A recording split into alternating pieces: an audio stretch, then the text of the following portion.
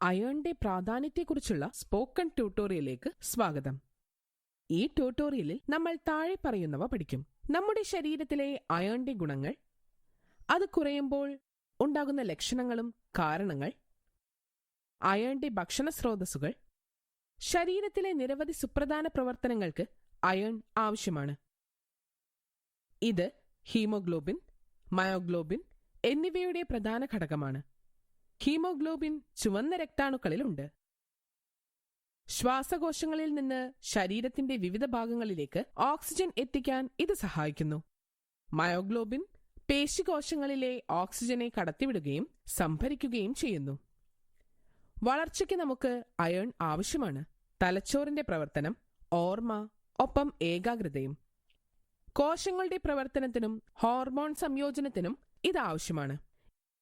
ഇത് ഊർജോത്പാദനത്തിന് സഹായിക്കുന്നു. കൂടാതെ മൈലിൻ രൂപീകരണത്തിനും ഞരമ്പുകൾക്ക് ചുറ്റും രൂപപ്പെടുന്ന ഒരു ഇൻസുലേഷൻ പാളിയാണ് മൈലിൻ. ശക്തമായ പ്രതിരോധശേഷി നിലനിർത്താനും അയൺ സഹായിക്കുന്നു. കുടലിന്റെ ആരോഗ്യം മെച്ചപ്പെടുത്തുകയും ചെയ്യുന്നു.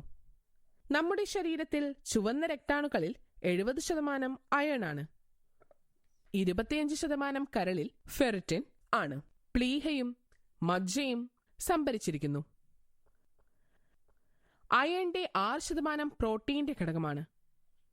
രോഗപ്രതിരോധ പ്രവർത്തനങ്ങൾക്കും രാസവിനിമയത്തിനും കൊളാജൻ സംയോജനത്തിനും പ്രോട്ടീൻ ആവശ്യമാണ്. അയൺ കുറവിന്റെ കാരണങ്ങളെക്കുറിച്ച് ഇനി നമുക്ക് പഠിക്കാം. അയണിന്റെ മോശം ഉപഭോഗവും അതിന്റെ മോശം ആഗിരണവുമാണ് ഇത് കുറയുന്നതിന്റെ പ്രധാന കാരണങ്ങൾ.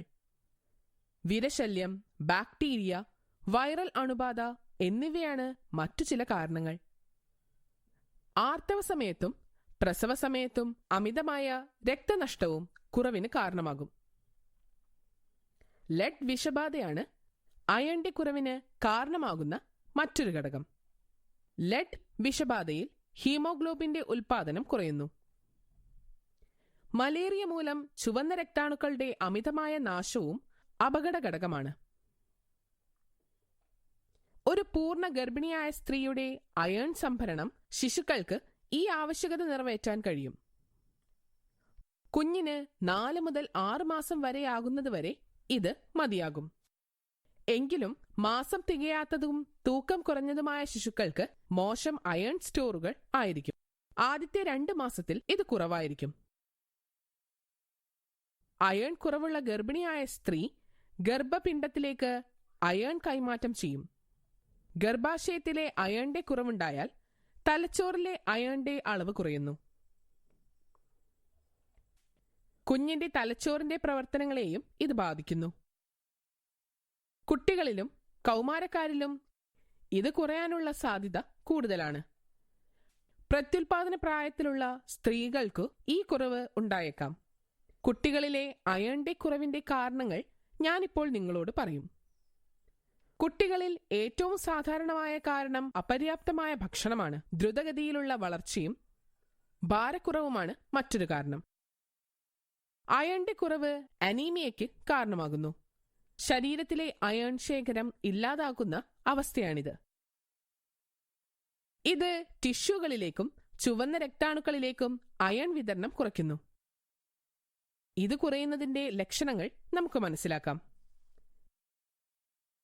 പൊട്ടുന്ന നഖങ്ങൾ അല്ലെങ്കിൽ സ്പൂൺ നെയിൽസ് അയൺ കുറവിന്റെ ലക്ഷണങ്ങളാണ്. സ്പൂൺ നെയിൽസ് ഉള്ളവർക്ക് മൃദുലമായ നഖങ്ങൾ പുറത്തെ പോലെയാണ്. വിളറിയ ചർമ്മം, നാവിന്റെ വീക്കം എന്നിവയും ഈ കുറവ് കാരണം സംഭവിക്കുന്നു. ബലഹീനത, ശ്വാസതടസ്സം, തലവേദന, ക്ഷീണം എന്നിവയാണ് മറ്റുദാഹരണങ്ങൾ. അയൺ കുറവിന്റെ ലക്ഷണങ്ങളിലൊന്നാണ് പൈക്ക. കളിമണ്ണ് അല്ലെങ്കിൽ മണ്ണ് പോലെയുള്ള ഭക്ഷ്യയോഗ്യമല്ലാത്ത വസ്തുക്കളുടെ ഒരു ഉപഭോഗമാണ് പൈക്ക. മുതിർന്നവരിൽ അയണിന്റെ കുറവ് വിഷാദരോഗത്തിന് കാരണമാകും. ഡോപ്പമൈൻ എന്നതുമായുള്ള ബന്ധമാണ് ഇതിന് കാരണം. ഡോപ്പമൈൻ എന്നത് സന്തോഷകരമായ ഹോർമോണാണ്. അത് നമുക്ക് സുഖം തോന്നും. ഡോപ്പമൈൻ ഉൽപ്പാദിപ്പിക്കുന്നതിന് അയൺ ആവശ്യമാണ്. അയണിന്റെ കുറവ് ഡോപ്പമൈൻ അളവ് കുറയുന്നതിലേക്ക് നയിക്കുന്നു. അയണിന്റെ കുറവ് ശിശുക്കളുടെയും കുട്ടികളുടെയും ആരോഗ്യത്തിന് ഗുരുതരമായ പ്രത്യാഘാതങ്ങൾ ഉണ്ടാക്കുന്നു. ഗർഭാവസ്ഥയിൽ അയൺ കുറവ് ഗർഭപിണ്ഡത്തിന്റെ കുറവിന് കാരണമാകും. ഇത് ഭാഷാ പഠനത്തെയും കുട്ടികളിലെ പെരുമാറ്റത്തെയും ബാധിക്കും. മാറ്റം വരുത്തിയ ഏകോപനവും മോട്ടോർ പ്രവർത്തനവും കാണപ്പെടുന്നു. നാഡീവ്യവസ്ഥയുടെ വികാസത്തിലും ഇത് തടസ്സം സൃഷ്ടിക്കുന്നു. അയണിന്റെ കുറവ് ഞരമ്പുകൾക്ക് ചുറ്റും മൈലിന്റെ കവചം രൂപപ്പെടുന്നതിനെ തടയുന്നു. ഇത് ഹൈപ്പർ ആക്ടിവിറ്റിക്കും കുട്ടികളിൽ ശ്രദ്ധക്കുറവിനും കാരണമാകും.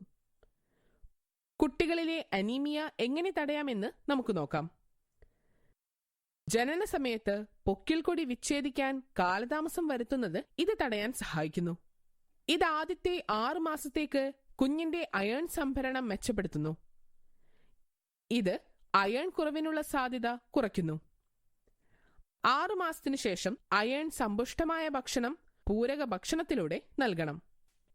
ട്യൂട്ടോറിയലിന്റെ പിന്നീടുള്ള ഭാഗത്ത് അയണിന്റെ ഭക്ഷണ സ്രോതസ്സുകൾ ഞാൻ നിങ്ങളോട് പറയും. അയൺ ശുപാർശ ചെയ്യുന്ന അളവ് ഞാനിപ്പോൾ നിങ്ങളോട് പറയും.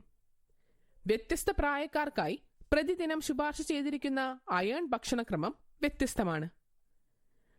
6 മുതൽ 12 മാസം വരെ പ്രായമുള്ള കുട്ടികൾക്ക് 3 മില്ലിഗ്രാം ആവശ്യമാണ്. 1 മുതൽ 3 വയസ്സുവരെ 8 മില്ലിഗ്രാം ആവശ്യമാണ്. 4 മുതൽ 9 വയസ്സ് വരെ ഇത് 11 മുതൽ 15 മില്ലിഗ്രാം വരെയാണ്. 10 മുതൽ 15 വയസ്സ് വരെയുള്ള ആൺകുട്ടികൾക്ക് 16 മുതൽ 22 മില്ലിഗ്രാം വരെ ആവശ്യമാണ്. 10 മുതൽ 15 വയസ്സ് വരെയുള്ള പെൺകുട്ടികൾക്ക് 16 മുതൽ 30 മില്ലിഗ്രാം വരെ ആവശ്യമാണ്. മുതിർന്ന പുരുഷന്മാർക്ക് ഇത് 19 മില്ലിഗ്രാം ആണ്. പ്രായപൂർത്തിയായ സ്ത്രീകൾക്ക് ഇത് 29 മില്ലിഗ്രാം ആണ്. ഈ ആവശ്യകതകൾ നിറവേറ്റുന്നതിന് അയൺ സമ്പുഷ്ടമായ ഭക്ഷണം ഉൾപ്പെടുത്താൻ നിർദ്ദേശിക്കുന്നു. അയണിന്റെ ഭക്ഷണ സ്രോതസ്സുകൾ നോക്കാം. ഡയറ്ററി അയൺ 2 രൂപങ്ങളിലുണ്ട്: ഹെയിം അയൺ പിന്നെ നോൺ ഹെയിം അയൺ. മാംസത്തിൽ കാണപ്പെടുന്ന ഹീമോഗ്ലോബിൻ, മയോഗ്ലോബിൻ എന്നിവയിൽ നിന്നാണ് ഹെയിം അയൺ വരുന്നത്. അതിനാൽ മാംസ്യാഹാരം ഹെയിം അയണിന്റെ നല്ല ഉറവിടങ്ങളാണ്. ഉദാഹരണത്തിന് ആട് മാംസം, ചിക്കൻ, ആടിന്റെ കരൾ, തല എന്നിവ. നോൺ ഹെയിം അയൺ സസ്യാഹാരത്തിൽ നിന്നാണ് വരുന്നത്. ഉദാഹരണത്തിന് പയർവർഗ്ഗങ്ങൾ, ധാന്യങ്ങൾ, പച്ച ഇലക്കറികൾ. ഹെയിം അയൺ ശരീരത്തിൽ നന്നായി ആഗിരണം ചെയ്യപ്പെടുന്നു. നോൺ ഹെയിം അയൺ നന്നായി ആഗിരണം ചെയ്യപ്പെടുന്നില്ല, ചില ഘടകങ്ങളാൽ ബാധിക്കപ്പെടുന്നു. അതിന്റെ 17% മാത്രമേ ആഗിരണം ചെയ്യപ്പെടുന്നുള്ളൂ. ഭക്ഷണത്തിൽ അടങ്ങിയിരിക്കുന്ന കാൽഷ്യം, ഫൈറ്റേറ്റ്സ് എന്നിവ നോൺ ഹെയിം അയൺ ആഗിരണം ചെയ്യുന്നതിനെ തടയുന്നു. വറുക്കലും മുളപ്പിക്കലും പുളിപ്പിക്കലും ഫൈറ്റേറ്റ് എന്നതിന്റെ ഉള്ളടക്കം കുറയ്ക്കാൻ സഹായിക്കുന്നു. മുളയ്ക്കുന്നതിനും പുളിപ്പിക്കുന്നതിനുമുള്ള രീതി മറ്റ് ട്യൂട്ടോറിയലുകളിൽ വിശദീകരിച്ചിട്ടുണ്ട്. കൂടുതൽ വിവരങ്ങൾക്ക് ദയവായി ഞങ്ങളുടെ വെബ്സൈറ്റ് സന്ദർശിക്കുക. അയൺ ആഗിരണം മെച്ചപ്പെടുന്നതിന് വൈറ്റമിൻ സി ഉണ്ടായിരിക്കാൻ ശുപാർശ ചെയ്യുന്നു. വൈറ്റമിൻ സി അയണിനെ നന്നായി ആഗിരണം ചെയ്യാൻ സഹായിക്കുന്നു. ഹെയിം അയൺ സംയോജിപ്പിക്കുമ്പോൾ നോൺ ഹെയിം അയൺ ആഗിരണം മെച്ചപ്പെടുന്നു. വിവിധ ഭക്ഷണ പദാർത്ഥങ്ങളിൽ അടങ്ങിയിരിക്കുന്ന അയണിന്റെ അളവ് നമുക്കിപ്പോൾ കാണാം. 100 ഗ്രാം ആടിന്റെ കരളിൽ ഏകദേശം 6 മില്ലിഗ്രാം അയണുണ്ട്. 100 ഗ്രാം ആട്ടിറച്ചിയിൽ ഏകദേശം 2 മില്ലിഗ്രാം ഉണ്ട്. 100 ഗ്രാം ചിക്കൻ ബ്രസ്റ്റിൽ ഏകദേശം 1 മില്ലിഗ്രാം അയണുണ്ട്. 100 ഗ്രാം ചീരയിൽ ഏകദേശം 2.9 മില്ലിഗ്രാം ഉണ്ട്. 30 ഗ്രാം വെള്ളപ്പയർ ഏകദേശം 1.8 മില്ലിഗ്രാം ഉണ്ട്. നല്ല ആരോഗ്യത്തിന് ഈ ഭക്ഷണങ്ങൾ നിങ്ങളുടെ ദൈനംദിന ഭക്ഷണത്തിൽ ഉൾപ്പെടുത്തുക. ഇത് ഈ ട്യൂട്ടോറിയലിന്റെ അവസാനത്തിലേക്ക് നമ്മെ എത്തിക്കുന്നു. കണ്ടതിന് നന്ദി.